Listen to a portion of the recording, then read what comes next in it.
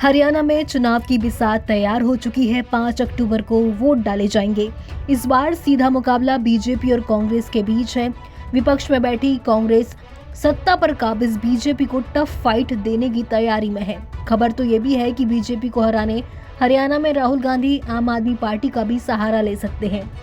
सत्तारूढ़ बीजेपी सत्ता पर बने रहने के लिए पूरी जद्दोजहद कर रही है, तो वहीं कांग्रेस 10 साल सत्ता से बाहर रहने के बाद अब अपनी वापसी के लिए बेताब है। इस कड़ी टक्कर के बीच सबकी नजरें उन 25 सीटों पर हैं जो सारा खेल पलट सकती हैं, जो जीत हार तय कर सकती हैं। दरअसल 2019 के हरियाणा विधानसभा में 25 विधानसभा सीटों पर कांटे का मुकाबला रहा था।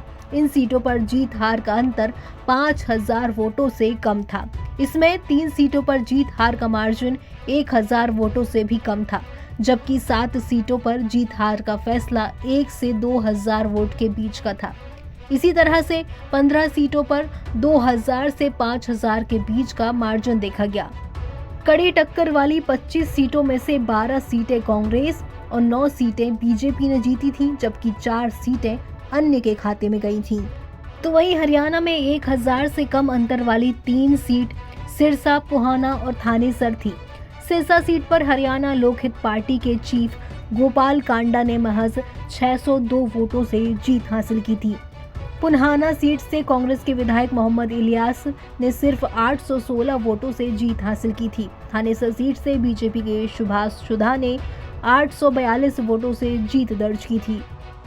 1000 के कम मार्जिन वाली 3 सीटों के सियासी समीकरण देखें तो एक सीटें तीनों दलों के खाते में गई थीं। और हरियाणा में 7 विधानसभा सीटें ऐसी रहीं जहां पर जीत हार का अंतर 1000 से 2000 के बीच था। इनमें 4 सीटें कांग्रेस ने जीती थी, तो 3 सीटों पर बीजेपी को जीत मिली थी। ये 7 सीटें रतिया, कैथल, रेवाड़ी, यमुनानगर, खरखौदा, मुलाना, असंध। बीजेपी ने रतिया, कैथल और यमुनानगर सीट जीती, वहीं कांग्रेस ने रेवाड़ी, खरखौदा, मुलाना और असंध सीट जीती थी। कांग्रेस और बीजेपी के बीच भी इस बार कांटे की लड़ाई मानी जा रही है।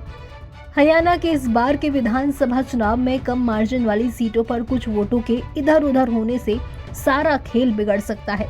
इस बार जिस तरह से तमाम क्षेत्रीय दल भी चुनाव मैदान में ताल ठोक रहे हैं और निर्दलीय भी किस्मत आजमा रहे हैं, ऐसे में 2010 के लिए क्लोज फाइट वाली सीटों पर सभी की निगाहें लगी हुई हैं। राजस्थान में सिर्फ 1 वोट से हार के चलते सीपी जोशी मुख्यमंत्री बनने की रेस से बाहर हो गए थे। एनबीटी ऑनलाइन की रिपोर्ट।